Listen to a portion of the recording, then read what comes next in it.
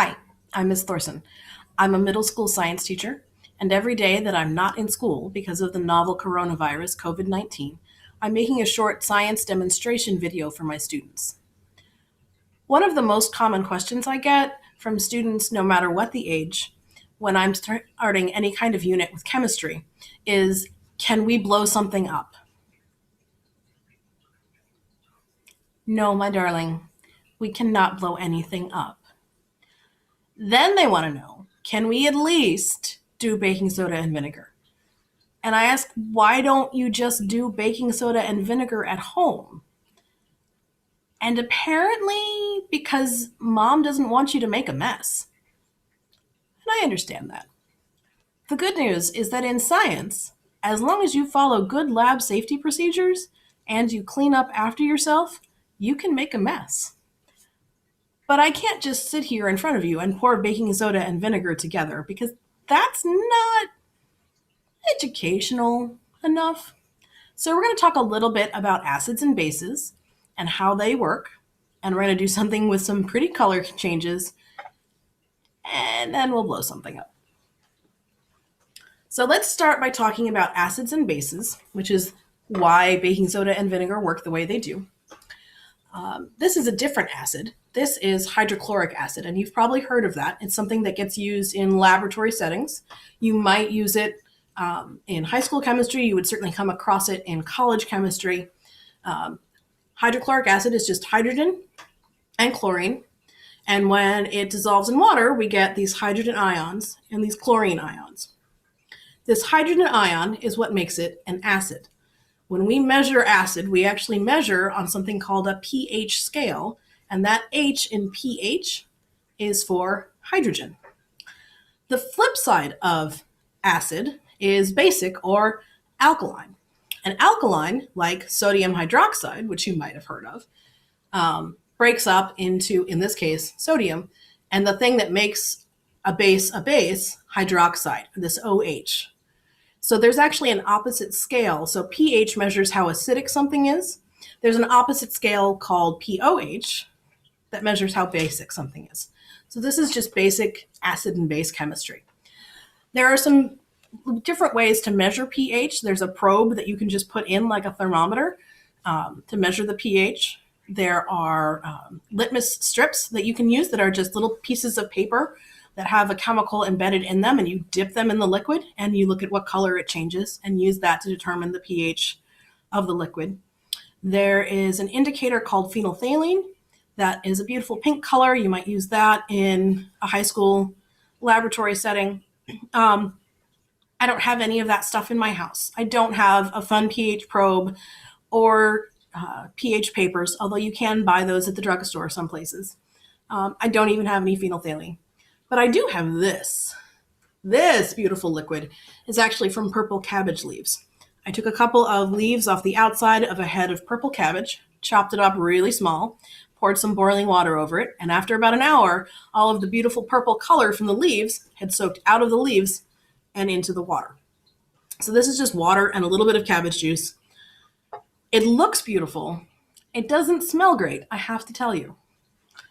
But it is also an acid-base indicator. So we're going to add an acid and a base, common household chemicals you just have lying around, and take a look at what it does. This is definitely something you can repeat at home as long as you have mom's permission and you follow basic safety procedures and you clean up your own mess.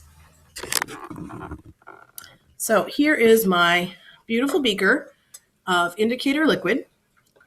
I have here a jar of baking soda that's just dissolved in water. So this is just about a spoonful of baking soda dissolved in water.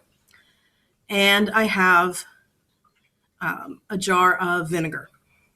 So we're going to start with my baking soda.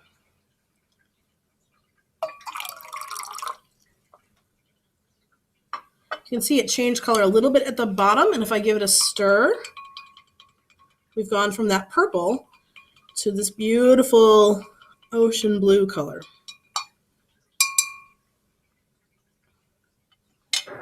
If I add a little bit more,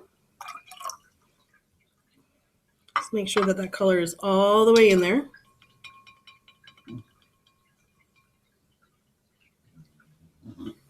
So that's how the cabbage juice reacts when I add something that is basic, like baking soda.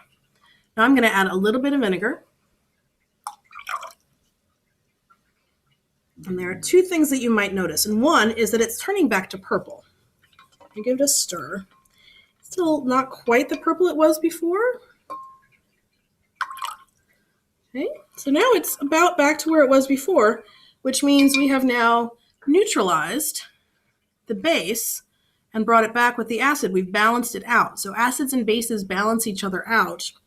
The other thing you might have noticed, I don't know if the camera picked this up, but there was a little bit of bubbling that happened. Some bubbles were released. And we know that that happens when we mix baking soda and vinegar. But do you know why? I know why, and I'm going to show you. So, second visual aid. This is the chemical reaction of baking soda and vinegar. So here's our baking soda, sodium bicarbonate.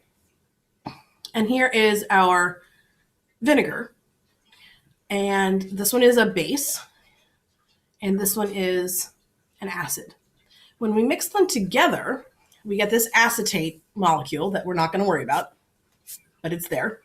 We get some water, plain old H2O, and then we get the thing that makes baking soda and vinegar fun to mix together, and that's the carbon dioxide. That's the gas that is released.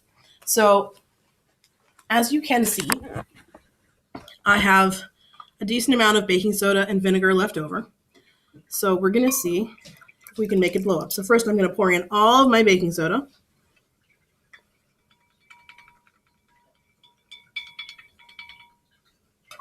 And then I'm going to pour in all of my vinegar.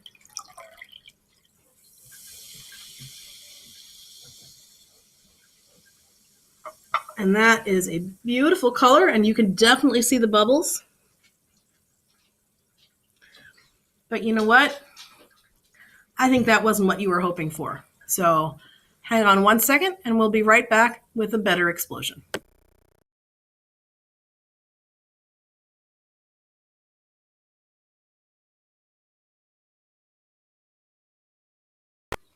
Okay, we're back.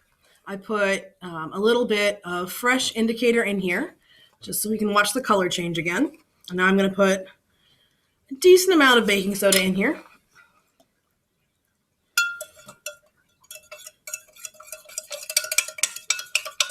So you can see that has turned very blue. I'm just going to stir that up a little bit more with my chopstick because it's not quite so loud. Want to make sure that that is well dissolved, because if you dissolve your baking soda in a little bit of water first, or a little bit of cabbage juice indicator, then it is easier for the reaction to take place all at once. Look at how blue that is. That's just gorgeous. And I have a fresh jar of vinegar. I can get my baking soda all the way out of the way. You can see I've put a towel down on the table in addition to the tray, so I am ready for almost anything. I think I might pull my towel up here a little bit so I don't get it all over my white shirt. Let's see what happens. It probably won't be that exciting. It's going to be that exciting. You ready? There we go.